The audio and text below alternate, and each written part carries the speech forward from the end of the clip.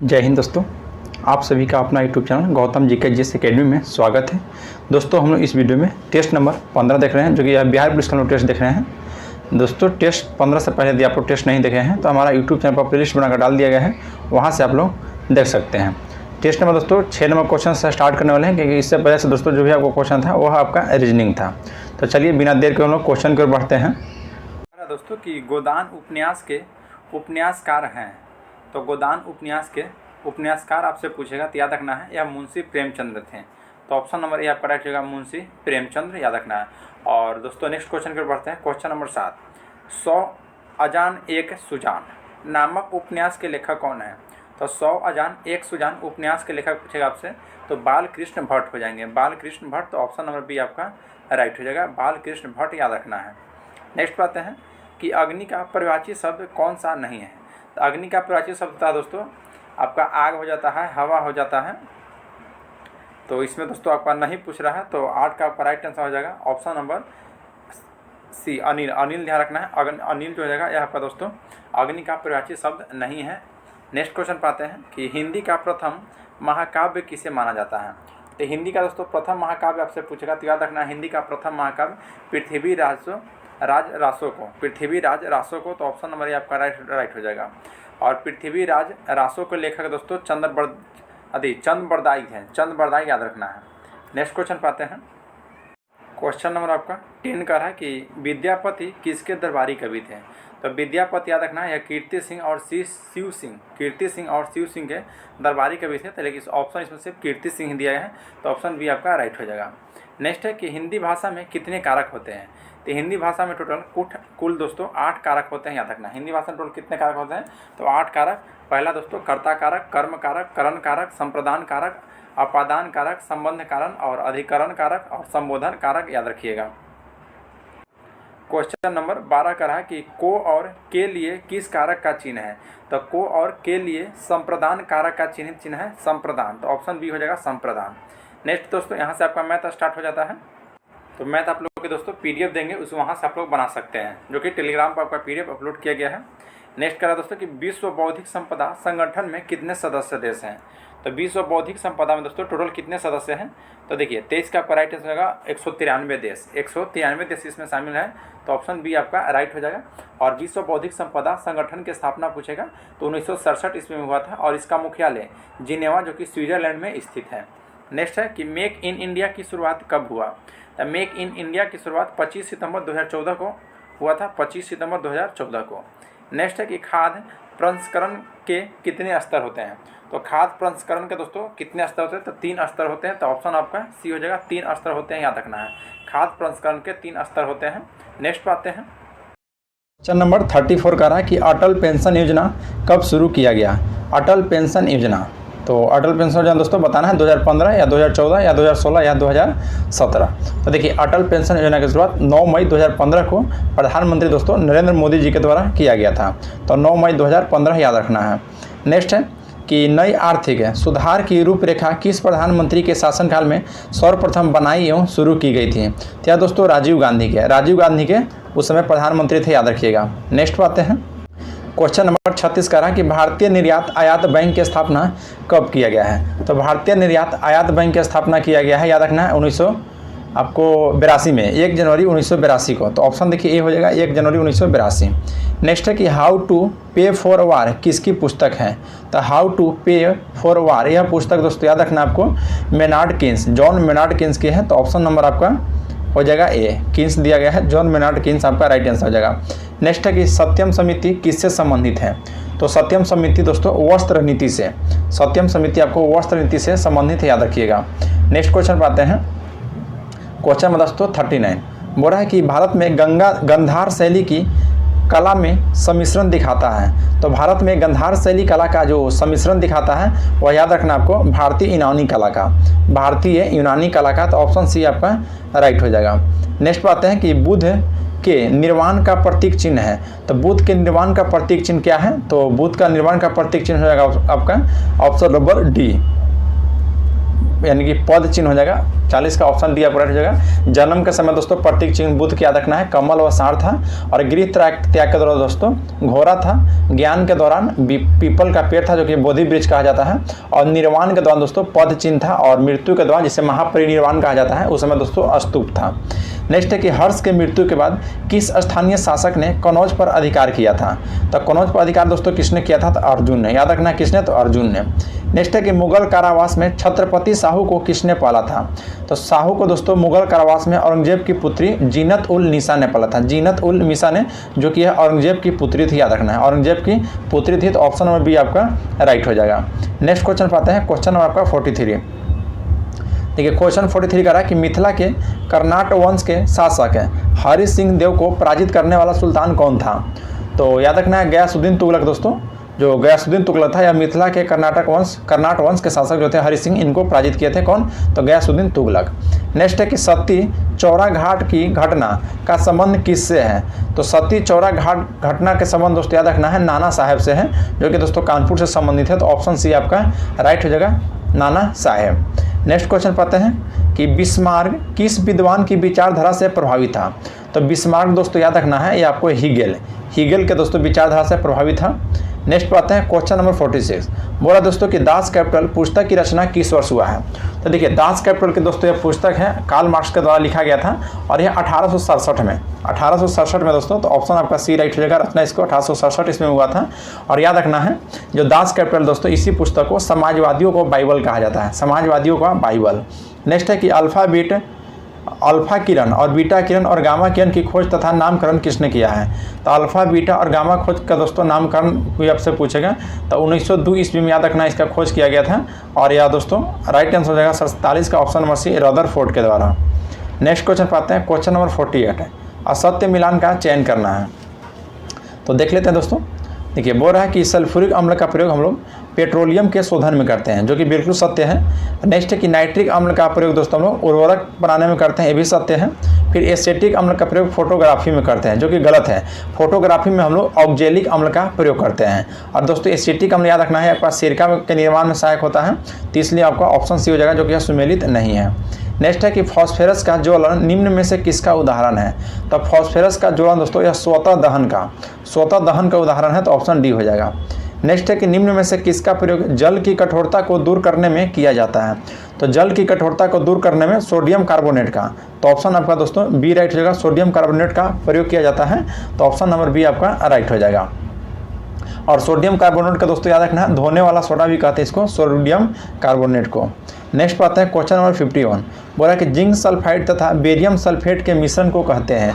तो zinc sulphide तथा barium sulphate के मिश्रण को पूछेगा तो लिथोपोन कहते हैं, तो ऑप्शन नंबर ए आपका राइट है। क्वेश्चन नंबर आपका 52 कह रहा, ध्यान दीजिएगा कि आंतों में प्रोटीन के अवयवों को अमीनो अम्ल में अपघटित करने में किस एंजाइम का प्रयोग किया जाता है? तो बताइए दोस्तों किस एंजाइम का प्रयोग किया जाता है? तो 52 का आपका राइट आंसर है दोस्तों option number B erepsin enzyme का दोस्तों याद रखना है यह आंतों में प्रोटीन के अवयवों को अमीनो अम्ल से अपघटित करने में इरेप्सिन एंजाइम का प्रयोग किया जाता है। देखिए दोस्तों एक होता है ट्रिप्सिन एंजाइम, जो कि ऑप्शन सी में दिया गया है। ट्रिप्सिन एंजाइम रखना है, यह अग्नाशय में प्रोटीन को अमीनो अम्ल एवं पॉलीपेप्टाइड्स में बदल देता है। फिर पेप्सिन एंजाइम जो ऑप्शन ए में आपको दिया गया है, यह अमाशय में प्रोटीन को पेंटोस में बदल देता है, याद रखना है। नेक्स्ट है कि फॉस्फेरस को पानी में रखा जाता है। तो फॉस्फेरस को पानी में रखा जाता है क्योंकि उसका ज्वलन तापमान दोस्तों बहुत कम होता है, तो ऑप्शन आपका बी राइट हो जाएगा। नेक्स्ट है निम्नलिखित में से कौन सा सफ़ेद फॉस्फेरस है? तो सफ़ेद फॉस्फेरस दोस्तों P4 जो है आपका ऑप्शन देखिए सी में, यह आपका सफ़ेद फॉस्फेरस है, याद रखना है। लाल फॉस्फोरस पूछेगा तो P2 हो जाता है, लाल फॉस्फेरस है। नेक्स्ट पढ़ते हैं क्वेश्चन नंबर आपका 55। नाखून पॉलिश परिमार्जन में क्या रहता है? तो नाखून पॉलिश परिमार्जन में दोस्तों याद रखना क्या रहता है? तो यह दोस्तों इसमें आपको एसीटोन रहता है, तो ऑप्शन ए हो जाएगा। नेक्स्ट है कि पृथ्वी का अक्ष पृथ्वी के कक्षा तल से कौन बनाता है? तो पृथ्वी का अक्ष पृथ्वी के कक्षा तल से जो कौन बनाता है वह दोस्तों 66.5 डिग्री का, याद रखना है 66.5 डिग्री का कौन बनाता है? आपको दोस्तों अक्ष से पूछ रहा है इसलिए, और कक्ष से पूछता तो आपको 23.5 डिग्री हो जाएगा। चलिए नेक्स्ट क्वेश्चन पाते हैं, क्वेश्चन नंबर 57। बोला दोस्तों कि अग्लुहास जलधारा की उत्पत्ति होती है। तो अग्लुहास दोस्तों जलधारा की उत्पत्ति कैसी होती है, तो देखिए मोजाम्बिक और मेडागास्कर धाराओं के संगम से, तो जो कि ऑप्शन बी आपका राइट हो जाएगा, मोजाम्बिक और मेडागास्कर धाराओं के संगम से। नेक्स्ट एक निम्न में से कौन सा सुमेलित है, जिसमें दोस्तों देखिए नागासाकी जो कि जापान में है, बिल्कुल सही है दोस्तों, यह वस्त्र उद्योग के लिए प्रसिद्ध है, सही है, वस्त्र उद्योग के लिए प्रसिद्ध है। फिर दोस्तों कोबे जो कि यह जापान में है और यह जूट निर्माण के लिए उपयुक्त है, ये भी सही है। ला प्लाटा जो कि दोस्तों यह अर्जेंटीना में है, ठीक है दोस्तों, ला प्लाटा अर्जेंटीना में है और यह एयरक्राफ्ट के लिए महत्वपूर्ण है। देखिए दोस्तों जो ला प्लाटा है यह अर्जेंटीना का एक शहर है और यह दोस्तों उद्योग एयरक्राफ्ट और रसायन व लौह इस्पात से इसका संबंधित है। तो एयरक्राफ्ट नहीं होगा दोस्तों, इसको क्या हो जाएगा, तो रसायन व लौह इस्पात है, तो इसलिए दोस्तों ऑप्शन सी हो जाएगा, जो कि यह सही सुमेलित है दोस्तों। लेकिन नागासाकी जापान में दोस्तों वस्त्र उद्योग के लिए नहीं प्रसिद्ध है, याद रखना है, यह वस्त्र हम गलत बता दें दोस्तों, नागासाकी और कोबे जो है वो आपको ध्यान रखना है, दोनों शहर दोस्तों बल्कि है जापान में ही, लेकिन वस्त्र उद्योग और जूट उद्योग के लिए वह प्रसिद्ध आपका नहीं है, याद रखना है। नेक्स्ट क्वेश्चन पाते हैं, क्वेश्चन नंबर दोस्तों 15 है। देखिए दोस्तों अगर नागासाकी पूछेगा तो नागासाकी याद रखना है आपको लौह इस्पात के लिए है, और कोबे भी दोस्तों लौह इस्पात और जलपोत के लिए है, और माराकैवो जो है ये आपका वेनेजुएला में स्थित शहर है, जो कि दोस्तों तेल शोधन उद्योग है। चलिए नेक्स्ट है दोस्तों क्वेश्चन नंबर 15 है, बोला कि विश्व का सबसे शुष्कतम मरुस्थल कौन सा है, तो विश्व का सबसे शुष्कतम मरुस्थल आटाकामा है, याद रखना है, आटाकामा, तो ऑप्शन नंबर बी हो जाएगा, जिसका दोस्तों विस्तार की बात की जाए तो दक्षिण अमेरिका के चिली, पेरू, बोलाविया, अर्जेंटीना आदि देशों में है। नेक्स्ट है कि कोले डैम परियोजना से संबंधित राज्य है, तो कोले डैम परियोजना से दोस्तों यह सतलज नदी पर हिमाचल प्रदेश में है, तो ऑप्शन नंबर आपका सी राइट हो जाएगा, हिमाचल प्रदेश में। नेक्स्ट है दोस्तों कि भारत में पूर्ण रूप से जैविक कृषि अपनाने वाला प्रथम राज्य है, तो सिक्किम दोस्तों एक ऐसा राज्य है भारत का जो कि पूर्ण रूप से जैविक कृषि अपनाने वाला प्रथम राज्य बन चुका है आपका, तो ऑप्शन आपका डी राइट हो जाएगा। नेक्स्ट क्वेश्चन पाते हैं, क्वेश्चन नंबर आपका 62, सर्वाधिक लिंगानुपात वाले केंद्र शासित प्रदेश को घटते क्रम दर्शाना है, तो देखिए दोस्तों सर्वाधिक लिंगानुपात वाला, देखिए ऑप्शन जो डी है दिया है पुडुचेरी, लक्षद्वीप, अंडमान निकोबार द्वीप समूह, ये आपका राइट आंसर हो जाएगा। पुडुचेरी के दोस्तों लिंगानुपात की बात की जाए तो 1037 है, लक्षद्वीप का 947 है, अंडमान निकोबार द्वीप समूह का 876 है। नेक्स्ट है कि त्रिवेणी नहर किस नदी से पानी आता है, तो त्रिवेणी नहर में दोस्तों याद रखना है गंडक नदी से पानी आता है त्रिवेणी नहर पे। नेक्स्ट पाते हैं क्वेश्चन नंबर 64, बिहार में उत्तरी गंगा के मैदान में कौन सी मिट्टी नहीं पाई जाती है, तो बिहार के दोस्तों उत्तरी गंगा के मैदान में बोल रहा है, तो देखिए जो ऑप्शन डी दिया गया है कि बलथर मिट्टी यह आपको नहीं पाई जाती है, याद रखना है बलथर मिट्टी। क्वेश्चन नंबर 65, निम्नलिखित में से किस नियम का प्रयोग द्रव की सघनता मापने में किया जाता है, तो दोस्तों स्टोक्स का नियम ध्यान रखना है, स्टोक्स का नियम का उपयोग दोस्तों द्रव में गिरने वाली गोल की अथी जो बात कर रहे हैं यहाँ पे उसकी सघनता को मापने में किया जाता है। नेक्स्ट है कि प्रशीतक में ऊर्जा प्रवाह होता है, तो प्रशीतक में दोस्तों जो ऊर्जा प्रवाह होता है यह ठंडी वस्तु से गर्म वस्तु की ओर, ठंडी वस्तु से गर्म वस्तु की ओर दोस्तों, तो इसका आपका राइट है ठंडी वस्तु से गर्म, ऑप्शन ए में दिया गया है ठंडी वस्तु से गर्म वस्तु की ओर। नेक्स्ट है कि आजकल फ्यूज के स्थान पर एमसीबी का उपयोग किया जाने लगा है, तो एमसीबी का पूर्ण रूप क्या है, तो एमसीबी का दोस्तों पूर्ण रूप होता है मिनिएचर सर्किट ब्रेकर, मतलब दोस्तों लघु परिपथ बीच छेदक है, तो ऑप्शन डी आपका राइट होगा दोस्तों, option number D miniature circuit breaker. Next बात है क्वेश्चन नंबर 68 है, बोलता है कि किसी वस्तु में उत्पन्न आयतन के परिवर्तन को मापने वाला यंत्र है, तो इसका राइट आंसर हो जाएगा 68 का दोस्तों, ऑप्शन नंबर सी, यानी कि डायलेटोमीटर दोस्तों याद रखना है, ये आपको उत्पन्न आयतन के परिवर्तन को मापने वाला है डायलेटोमीटर। देखिए दोस्तों ऑप्शन दिया गया है आपको डेंसीमीटर, जो कि ऑप्शन नंबर ए में है, डेंसिटी मीटर या दोस्तों घनत्व मापने का यंत्र है। चलिए नेक्स्ट क्वेश्चन पाते हैं कि प्रकाश का कणिका सिद्धांत दिया था, तो दोस्तों न्यूटन ने दिए थे, प्रकाश का कणिका सिद्धांत न्यूटन ने दिए हैं, तो ऑप्शन ए हो जाएगा। नेक्स्ट बात है कि दो स्थिर आवेशों के बीच लगने वाला बल उनकी मात्राओं के गुणनफल के अनुक्रमानुपाती तथा उनके बीच की दूरी के वर्ग के व्युत्क्रमानुपाती होता है, यह नियम दोस्तों किसका है, तो यह नियम दोस्तों कूलॉम का नियम है, याद रखना है किसका, तो कूलॉम का नियम, तो ऑप्शन नंबर सी आपका राइट हो जाएगा। क्वेश्चन नंबर 71, सरल आवर्त गति कर रहे कण का कार्यशील बल, तो देखिए दोस्तों सरल आवर्ती गति कर रहे कण का जो कार्यशील बल होता है वह विस्थापन के अनुक्रमानुपाती होता है और मध्य स्थिति की ओर निर्देशित होता है, तो मध्य स्थिति का दोस्तों निर्देशित होता है, तो ऑप्शन 71 का देखिए ऑप्शन सी में आपका दिया गया है कि विस्थापन के अनुक्रमानुपाती होता है और मध्य स्थिति की ओर निर्देशित होता है। नेक्स्ट है कि कि किस शासक को कश्मीर का नीरो कहा जाता है? तो कश्मीर का नीरो, ध्यान रहे दोस्तों, कश्मीर का नीरो किस शासक को कहा जाता है? तो हर्ष को। ध्यान रखना किसको? तो हर्ष को कश्मीर का नीरो कहा जाता है। क्वेश्चन नंबर 73, क्वेश्चन 73 कह रहा है कि सिंध का अंग्रेजी राज में विलय के बाद किसे सिंध का प्रथम गवर्नर बनाया गया है? तो सिंध का दोस्तों प्रथम गवर्नर किसे बनाया गया है? तो एलन बरो के शासनकाल में, याद रखना है, जो कि 1843 में सिंध का अंग्रेजी राज में विलय किया गया और चार्ल्स नेपियर का दोस्तों इसका प्रथम गवर्नर बनाया गया था, चार्ल्स नेपियर का। तो ऑप्शन दोस्तों डी हो जाएगा। गवर्नर आपसे पूछा गया किसे बनाया गया था। चलिए देखिए दोस्तों, और एलन बरो का शासनकाल आपसे पूछेगा तो याद रखना है 1842 से 1844 तक था, 1842 से 1844 तक। नेक्स्ट है कि फ्लाउट कमीशन का संबंध है। तो फ्लाउट कमीशन का संबंध दोस्तों जमींदारी व्यवस्था की जांच से है, जमींदारी व्यवस्था की जांच से। नेक्स्ट बात है क्वेश्चन नंबर 175 दोस्तों बोल रहा है कि 1859 के नील विद्रोह के बारे में निम्नलिखित में से कौन सा कथन सही है? पहला कथन कह रहा दोस्तों कि यह पूना के अहमदनगर में शुरू हुआ था, जो कि दोस्तों बिल्कुल गलत है। फिर है कि यह साहूकारी मनी लैंड्स के विरुद्ध संचालित है, भी गलत है।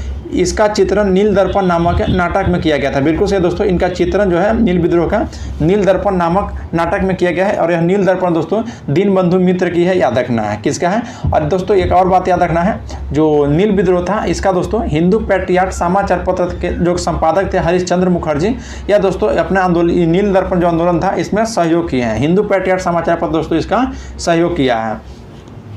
और नील आंदोलन की जांच हेतु दोस्तों 1860 ईस्वी में नील आयोग का गठन भी किया गया था। नेक्स्ट है कि किस आयोग को श्वेत कमीशन कहकर उसका बहिष्कार किया गया था? तो श्वेत कमीशन कहकर दोस्तों जो सर जॉन साइमन की अध्यक्षता में गठित साइमन आयोग में दोस्तों 7 सदस्य थे, उसी को दोस्तों। तो ऑप्शन आपका सी हो जाएगा साइमन आयोग, साइमन आयोग, ऑप्शन नंबर सी आपका राइट आंसर हो जाएगा। क्वेश्चन नंबर 77, जूनागढ़ रियासत को भारत में मिलाया गया था। तो जूनागढ़ का दोस्तों जनमत संग्रह के द्वारा, ध्यान रखना है, जूनागढ़ को जनमत संग्रह के द्वारा, और हैदराबाद को दोस्तों पुलिस कार्रवाई के द्वारा, और जम्मू कश्मीर को विलय पत्र पे हस्ताक्षर के द्वारा। जम्मू कश्मीर को दोस्तों विलय पत्र हो जाएगा। नेक्स्ट करा कि राज्य की परिभाषा से संबंधित अनुच्छेद कौन सा है? तो राज्य से परिभाषा से संबंधित अनुच्छेद दोस्तों अनुच्छेद आपका 12 है, तो ऑप्शन बी आपका राइट हो जाएगा, अनुच्छेद 12। नेक्स्ट है कि भारत में लोकपाल एवं लोकायुक्त की स्थापना का सुझाव दिया था। तो भारत में दोस्तों जो आपका प्रशासनिक सुधार आयोग था, जो कि ऑप्शन बी में दिया गया है, यह 1966 से 70 में दोस्तों सिफारिश किया था। तो ऑप्शन आपका बी हो जाएगा, प्रथम प्रशासनिक सुधार आयोग ने। नेक्स्ट है क्वेश्चन नंबर 18, बड़ा दोस्तों कि लोकसभा अध्यक्ष के चुनाव की तारीख निम्न में से कौन निर्धारित करता है? तो देखिए, जब लोकसभा अध्यक्ष का चुनाव का तारीख दोस्तों यह राष्ट्रपति के द्वारा निर्धारित किया जाता है। किसके द्वारा? तो राष्ट्रपति के निर्धारित के द्वारा। तो ऑप्शन नंबर डी आपका राइट हो जाएगा। नेक्स्ट क्वेश्चन पाते हैं कि किस आयोग ने सिफारिश किया कि अनुच्छेद 155 में संशोधन कर व्यवस्था की जानी चाहिए कि राज्यपाल की नियुक्ति से पहले संबंधित राज्य के मुख्यमंत्री से विचार विमर्श किया जाए? तो यह दोस्तों आपका सरकारिया आयोग ने, याद रखना है, सरकारिया आयोग ने यह बात बोला था। नेक्स्ट है कि राष्ट्रपति शासन को जारी रखने के लिए संसदीय अनुमोदन अधिकतम समय अवधि कितना है? तो 82 का दोस्तों ऑप्शन भी हो जाएगा 2 माह, अधिकतम अवधि दोस्तों 2 माह है, याद रखना है। तो नेक्स्ट क्वेश्चन पाते हैं, क्वेश्चन नंबर दोस्तों 83 क्वेश्चन कर रहा है कि राष्ट्रीय मानवाधिकार आयोग के अध्यक्ष व सदस्यों का कार्यकाल कितना है? तो देखिए, राष्ट्रीय मानवाधिकार आयोग के अध्यक्ष हो या सदस्य हो, इन सभी का कार्यकाल दोस्तों 3 वर्ष या 70 वर्ष की उम्र, जो भी पहले हो जाए, 3 वर्ष या 70 वर्ष की उम्र में। तो ऑप्शन डी हो जाएगा, ऑप्शन नंबर डी आपका राइट है। मानवाधिकार संरक्षण अधिनियम दोस्तों 1993 में आया है, और राष्ट्रीय मानवाधिकार आयोग आपका संवैधानिक निकाय है। नेक्स्ट क्वेश्चन पाते हैं, क्वेश्चन नंबर दोस्तों 84, क्वेश्चन 84 कर रहा है कि भी पैट के संबंध में असत्य कथन कौन सा है? तो देखिए दोस्तों, जो ऑप्शन बी दे रहा है कि यह अप्रत्यक्ष रिकॉर्डिंग चुनाव प्रणाली यानी कि DRI के तहत काम करता है, जो कि दोस्तों बिल्कुल असत्य है, याद रखना है। नेक्स्ट क्वेश्चन है क्वेश्चन नंबर दोस्तों 85। देखिए, क्वेश्चन नंबर 85 का है कि राष्ट्रगान को जब संक्षिप्त रूप से गाया जाता है तो इसमें इसकी प्रथम और अंतिम पंक्तियों को गाने का समय कितना होता है? तो राष्ट्रगान के पूछा, तो राष्ट्रगान का दोस्तों आपका 52 सेकेंड होता है, याद रखनी है। राष्ट्रगान को कितना होता है? तो 52 सेकेंड। अच्छा, लेकिन दोस्तों क्या कर रहा है, देखिए यहाँ कि इसकी प्रथम और अंतिम पंक्ति का दोस्तों गाने का जो सेकंड होता है वो आपका 20 सेकंड का होता है, और पूरा दोस्तों राष्ट्रगान आपका 52 सेकंड का होता है, याद रखना है पूरा राष्ट्रगान का 52 सेकंड। देखिए क्वेश्चन कर रहा है दोस्तों कि इसके संक्षिप्त रूप में गाने का समय लगभग दोस्तों 20 सेकंड होता है। नेक्स्ट है कि निम्नलिखित में से कौन सा केवल रबी की फसलें हैं। तो रबी का फसल है दोस्तों, देखिए जौ और चना जो है दोस्तों यह केवल रबी का फसल है, तो ऑप्शन बी हो जाएगा जौ और चना। नेक्स्ट बात है कि भारत में दूध का सर्वाधिक वसा प्रतिशत रखने वाला भैंस की नस्ल कौन सी है। तो भदावरी दोस्तों याद रखना है, या दूध दोस्तों जो वसा प्रतिशत के लिए बेहतर भैंस मानी जाती है, या दोस्तों लगभग 13% तक दर्जा किया गया इसका, लगभग कितना था 13% फैट इसमें दोस्तों, तो 87 का ऑप्शन बी हो जाएगा यानी कि भदावरी। नेक्स्ट क्वेश्चन पाते हैं, क्वेश्चन नंबर दोस्तों 88 है, बोला कि कौन सा जीवाणु विभेद समुद्र के बिखरे तेल का निवारण करने के लिए उपयोग में लाया जाता है। देखिए दोस्तों ऑप्शन आपका डी राइट हो जाएगा, स्यूडोमोनास नामक बैक्टीरिया दोस्तों जो कि समुद्र में फैले तेल का अपघटन कर के समुद्र के तेल प्रदूषण से बचाता है, और यह पॉजिटिव बैक्टीरिया के एक प्रजाति है जिसका उपयोग तेल के गिरावट में संशोधन के लिए किया जाता है। नेक्स्ट है दोस्तों कि फोटोसिंथेसिस के किस स्तर पर ग्लूकोज का निर्माण होता है। तो राइट आंसर हो जाएगा आपका 89 का दोस्तों ऑप्शन नंबर बी आपका, यानी कि केल्विन चक्र में कार्बन परमाणु यानी कि कार्बन डाइऑक्साइड स्थिर होता है और 3 कार्बन शर्करा बनाने के लिए उपयोग किया जाता है, याद रखिएगा। नेक्स्ट है कि निम्नलिखित में से कौन सा एक वायु प्रदूषक मानव रक्त के हीमोग्लोबिन के साथ संयोजित होकर ऑक्सीजन ले जाने की क्षमता को कम करता है, जिससे श्वासारोध होता है और मृत्यु भी हो सकता है। तो यह दोस्तों याद रखना है कार्बन मोनोऑक्साइड, किसका, तो कार्बन मोनोऑक्साइड का, तो ऑप्शन नंबर सी आपका राइट हो जाएगा। नेक्स्ट बात है क्वेश्चन नंबर दोस्तों 91, बोलता है कि श्वसन किस प्रकार की क्रिया है। तो श्वसन, देखिए श्वसन जो है दोस्तों हमारा यह अपचयी क्रिया है, श्वसन याद रखना है यानी कि कैटाबोलिक प्रोसेस, कैटाबोलिक यानी कि अपचयी, तो ऑप्शन नंबर ये आपका राइट हो जाएगा दोस्तों अपचयी के। नेक्स्ट बात है कि 92 कि बीकर मूलतः है, बीकर दोस्तों यह मूलतः आपका प्रोटीन है, तो ऑप्शन आपका सी हो जाएगा प्रोटीन। नेक्स्ट बात है कि गर्भवती महिलाओं को विशेषकर पहली तिमाही में उनके आहार में हरे पत्ती वाली सब्जियां पर्याप्त मात्रा में लेने की सलाह क्यों दिया जाता है। तो देखिए दोस्तों यह फेलिक अम्ल की प्रचुर स्रोत है जो कि डीएनए संश्लेषण के लिए आवश्यक है, इसलिए आपको दिया जाता है, तो ऑप्शन नंबर आपका सी राइट हो जाएगा दोस्तों, option number C. Next question पाते हैं, क्वेश्चन आपका 94, बोला कि पेंगुइन चिड़िया कहाँ पाई जाती है। तो पेंगुइन चिड़िया दोस्तों याद रखना है यह अंटार्कटिका में पाई जाती है, जो कि यह दोस्तों उड़ नहीं सकती है, तो ऑप्शन आपका बी हो जाएगा अंटार्कटिका में। याद रखना पेंगुइन चिड़िया आपका उड़ती नहीं है। नेक्स्ट है कि पाचन क्षेत्र में भोजन के साथ मिलाने वाला पहला एंजाइम निम्नलिखित में से कौन सा है। तो पहला एंजाइम पूछ रहा है दोस्तों, तो पाचन क्षेत्र में भोजन के साथ मिलाने वाला पहला एंजाइम आपका टाइलिन है, पहला एंजाइम आपका टाइलिन है। नेक्स्ट है कि ऑस्ट्रेलियन ओपन 2024 का खिताब पुरुष एकल श्रेणी में किसने जीता है। ऑस्ट्रेलियन ओपन 2024 का खिताब पूछ रहा है दोस्तों कौन सा, तो पुरुष वाला पूछ रहा है आपसे, तो याद रखना है किसने जीता है, तो यह दोस्तों आपको जननिक सिनर ने, तो ऑप्शन नंबर आपका बी राइट हो जाएगा। और यह दोस्तों डेनियल मेदवेदेव को हराकर। नेक्स्ट बात है कि पहला लता दीनानाथ मंगेशकर पुरस्कार से किसे सम्मानित किया गया है। तो पहला दोस्तों लता दीनानाथ मंगेशकर पुरस्कार दोस्तों हमारे प्रधानमंत्री नरेंद्र मोदी के द्वारा दिया गया था, जो कि दोस्तों 2022 में इनको सम्मानित किया गया था, 2022 में नरेंद्र मोदी जी को।